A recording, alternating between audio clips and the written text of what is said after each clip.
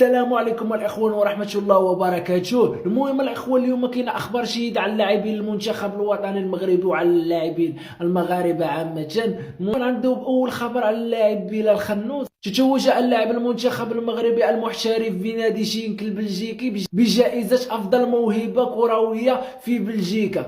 المهم الاخوان، بلال خنوس كيفوز بجائزه احسن موهبه شابه وسط بلجيكا، راه شي حاجه زوينه. هذه خبر توج جيد على طريق تيسو دالي. عاد الدولي المغربي طارق تيسو دالي الى التدريب مع فريقه جينك البلجيكي بعد غياب طويل بسبب الاصابه. المهم الاخوان، الحمد لله طارق تيسو دالي عاد الى التدريب. هذاك الشيء اللي بغينا حنايا، غير اللعابه ديال المغرب كاملين يتشافوا من الاصابه. المهم الاخوان، هذا الخبر جيد ومفرح جدا.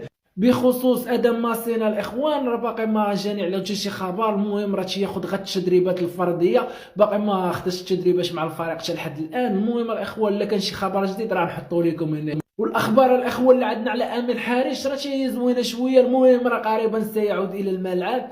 المهم الاخوان، بعد ما خدا امين حارث العمليه، دابا راه قال لك بدا في مرحله التعافي من الاصابه. الحمد لله الاخوان، هذاك الشيء اللي بغينا، وبغينا امين حارث عاوتاني رجع. المهم الاخوان، الناس اللي كيسولوا على نصير مزراوي حتى لحد الان راه باقي ما بداش التدريب. قال لك راه هو في حاله جيده. المهم الاخوان، نصير مزراوي راه قال في التصريح، راه قال لك غير مسموح له بالعوده في الوقت الحالي الى التدريب، راه بحاله جيده وبخير، ما كيحس بحتى شي وجع. المهم الاخوان، استعاره التدريب باقي ما سمحوش له يدخل للتدريب حيت راه عنده واحد المرض في الغشاء القلب ديالو. المهم الاخوان، وكنتمنوا له التعافي، وكنتمنوا لجميع اللاعبين المغاربه اللي في حاله الاصابه نتمنوا لهم التعافي. وتحياتي لكم، وتتمنوا لجميع اللاعبين المغاربه التالق في مسيرتهم.